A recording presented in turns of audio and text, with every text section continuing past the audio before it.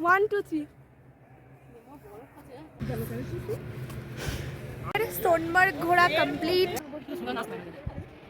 পেয়েছি একদম ফুল পয়সা वसूल শুয়ে রয়েছি আর টানতে পারছে না আমার ছবি তুলতে হলে আমার ভাইয়ের অবস্থাটা দেখো। Hello guys, welcome back to our channel with Sonmarg part 2। তো আগের পার্টে তোমরা দেখেইছিলে আমরা সোনমার্গে পৌঁছে গেছি, আর এই পার্টে তোমাদের সাথে শেয়ার করবো আমরা সোনমার্গে কী কী অ্যাক্টিভিটিস করেছি, কত মজা করেছি, সবটা এই পার্টে শেয়ার করবো। সো ব্লগটা দেখতে থাকো, আশা করছি তোমাদের অনেক ভালো লাগবে। ও মাই গড, কি সুন্দর লাগছে দেখতে, পিছনে পুরো মনে হচ্ছে নীল। আমরা এখন রয়েছি সোনমার্গের পার্কিং এরিয়াতে গাড়ি দাঁড় করিয়ে দিয়ে আমাদেরকে বলে দিয়েছিল যে যাও তোমরা ঘুরে নাও। তো আমরা ওখান থেকে গামবুট মানে ওই অনেক বড় বড় জুতোগুলো ভাড়া করে আমরা পরে এরকম বরফের ওপর দিয়ে যাচ্ছিলাম। আর অলরেডি বরফে এখানে ঢোকার সময় আমার পা অনেকটাই ঢুকে গেছিলো বরফের মধ্যে, তাই ওই গামবুটের মধ্যেও বরফ চলে গেছিলো। তো সেটাও ঠিকঠাক করে নিলাম আমরা। আমি যখন ওখান দিয়ে ঢুকতে গেছিলাম সবাই একদিক দিয়ে ঢুকেছে, আমি অন্য দিক দিয়ে ঢুকেছি, বাট আমার পায়ের অর্ধেক বরফের মধ্যে চলে গেছে। আর আমি যে জুতোগুলো পরে রয়েছি না গামবুট লাইক, সেগুলোর মধ্যে রীতিমতো বরফ চলে গেছে আর আমিই পড়ে গেছিলাম বরফ। আমার ভাই আর বাবা পাগল হয়ে গেছে, তারা দেখাচ্ছি এখন। ওই সামনে দেখছে তো ওটা, ওখানে আমার বাবা আর ভাই দাঁড়িয়ে রয়েছে। বাবা ভাইকে ফেলে দিয়েছিল বরফের মধ্যে। দেখো ওরা এত বরফ দেখে একবার আনন্দে আত্মহারা হয়ে গিয়ে ছুটে ছুটে দৌড়ে দৌড়ে বেড়াচ্ছিল। এত সুন্দর মজা করছিল আমরা সবাই, ওরাও মজা করেছে, আমরাও অনেক অনেক মজা করছিল। তোমাদেরকে সবটাই দেখাবো। আর ভাইকে দেখো, ও বরফ দেখলে পাগল হয়ে যায়, একে ফেলে দেয়, এবং উল্টে ব্লগের মধ্যেই দেখবে তোমরা, এই ব্লগেই দেখতে পাবে ও আমাকেও বরফের মধ্যে ফেলে দিয়েছিল। এবার ফোনটা বরফের মধ্যে চলে গেছে, সেটাও চলো তোমাদের সাথে শেয়ার করা যাক। এখন সবাই মিলে সোনমার্গে চলে এসেছি, যেটা শ্রীনগর থেকে আই গেস 80 কি 90 কিলোমিটার দূরে। বাট আসার সময় আমার একটু কষ্ট হয়েছে, কিন্তু the view everything is very good. তোমরা ক্যামেরাতে দেখতে পাবে, সুপার অ্যামেজিং, সো বিউটিফুল। আমি একটা কথা বলি, সেটা হচ্ছে যারা সারা জীবন ধরে শুধু টাকাই কামিয়ে গেলে, কোথাও গেলে না, ভবিষ্যতের জন্য টাকা সঞ্চয় করে রাখলে, তারা একটুখানি বাঁচিয়ে সেখান থেকে যদি একটুখানি সময় বাঁচিয়ে একটুখানি টাকা বাঁচিয়ে যদি এখানে আসতে পারো, definitely you will get something new and exceptional. মানে যেটা না কোনো এখানে কোনো কিছু টাকা দিয়ে কেনা যাবে না। ডেফিনেটলি আমার পাহাড় বেসিক্যালি পছন্দ না এক কথায় বলতে গেলে, but it is feel like a plane and some snow is here, এরকম টাইপের একটা ব্যাপার। পুরোটা একটা সমভূমি টাইপের, অ্যাকচুয়ালি এটা মালভূমি হয়, আর পুরোটা বরফে ঢাকা, মানে পুরোটা বরফে ঢাকা একদম পুরো। এটা এক নম্বর। আর সেকেন্ড হচ্ছে যারা মানে যেসব প্যারেন্টস যারা অ্যাফোর্ড করতে পারবে না বা পারেন না, তারা অ্যাটলিস্ট এমন কিছু করো যাতে সন্ততি ছেলে মেয়েরা যাতে এরকম একটা জায়গায় আসতে পারে। মানে এটা আমি বেসিক্যালি বলছি যারা 15 থেকে 25-এর মধ্যে, তারা প্লিজ কিছু করো, এখানে আসেন। Mind blowing place. আমার বেসিক্যালি আমার তো খুব পছন্দ হয়েছে জার্নিটা, দ্যাটস হেকটেক ডেফিনেটলি। পাহাড়ের জার্নি অলওয়েজ হেকটেক। আমরা দেখবো এই দুটো কথা তোমরা মাথায় রেখো। হ্যাঁ জানি অনেক জ্ঞান দিয়ে ফেললাম তোমাদেরকে, অবশ্যই কথাগুলো আমার ক্ষেত্রেও প্রযোজ্য, আর পারলে তোমরা এই কথাগুলো মাথায় রাখো। এখন জ্ঞান ট্যান বাদ দিয়ে চলো আমরা কি মজা করলাম সেটা তোমাদের সাথে শেয়ার করি। আমার ছবি তুলতে হলে আমার ভাইয়ের অবস্থাটা দেখো। এমন না ভিতরে ঢুকি দিয়ে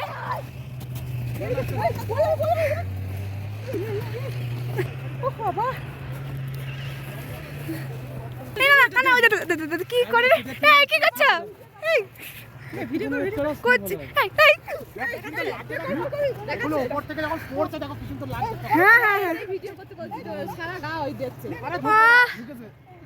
সব ভিডিও হচ্ছে।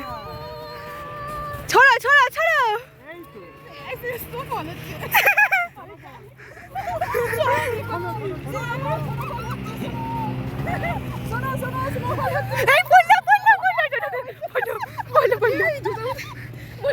ঢুকে পড়ে যায় আমার মতো অবস্থা।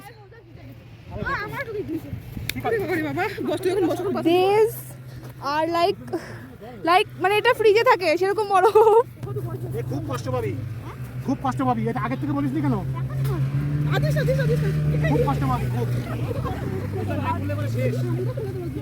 বরফগুলো যদি আমাদের গামবুটের মধ্যে চলে যায় তাহলে নাকি পায়ের অনেক ক্ষতি হয়। তো আমার ভাইয়ের পায়ে এরকম ঢুকে গেছিলো, কিন্তু ও না আমাদের কাউকেই বলেনি। পরে দেখাচ্ছে বলছে কি যে পায়ে যন্ত্রণা করছে, তারপরে আমরা দেখলাম যে ওর পায়ের মধ্যে এরকমভাবে ঢুকে গেছে বরফ। না কেমন হলে এতটা হবে না, কি করলি?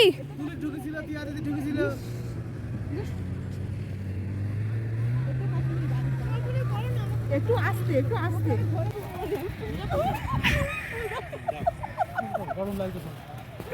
বসা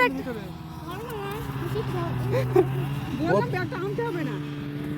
পিঠে থাকলেই হয়, ও শুধু শুধু করছে। পিঠে নে। Should I eat this one? I should. এই ঠিক যেই সময় বরফটা তুলতে যাবো আমার পেছন থেকে বাবার আশকারায় ভাই এমন ঠেলা মেরেছে যে আমি পুরো বরফের মধ্যে পড়ে গেছি, আমার গামবুটের মধ্যে ঢুকে গেছে বরফ। সেই কি অবস্থা, আমি অবশ্যই এটাই রেগে গেছিলাম, আমার মাকে বলছিলাম ক্যামেরা বন্ধ করো, ক্যামেরা বন্ধ করো। তো বেশ ভালোই লেগেছে, ক্যামেরা অন করা ছিল এবং তোমাদের সাথে আমি সেটা শেয়ার করতে পেরেছি।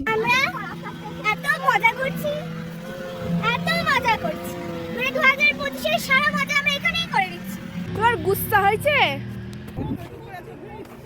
কষ্ট হচ্ছে, কষ্ট। আমার মা বলছে এরকম করে কষ্ট হচ্ছে, কষ্ট। আমাদের কাছে আর 1 ঘন্টা আছে, এটা একদম পাক্কা 1 ঘন্টা আছে।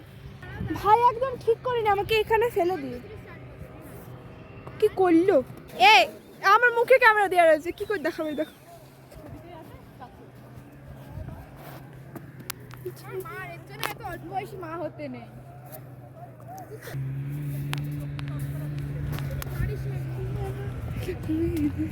আরে চুরি না না না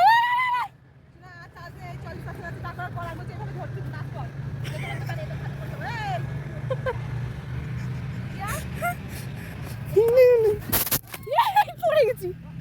আমি প্রথমে ভেবেছিলাম হয়তো সোনমার্গটা 2টো পার্টেই কমপ্লিট হয়ে যাবে, বাট হয়নি। আমরা এত মজা করেছি আর একটা পার্টও না আমার একদম মিস করতে ইচ্ছে করছে না। তো 3rd পার্টও আসবে। আর এখানে আমি বরফের মধ্যে জানো তো একটা লাভ আঁকছিলাম আর আনন্দে আত্মহারা হয়ে গেলে মানুষ যেভাবে নাচছে আমি সেভাবেই নাচছিলাম। অবশ্য দেখো কি সুন্দর বরফ। এই ব্লগটা আমি এখানেই এন্ড করছি, দেখা হচ্ছে 3rd পার্ট অফ সোনমার্গে। So thank you for watching this video, subscribe, like, share and comment.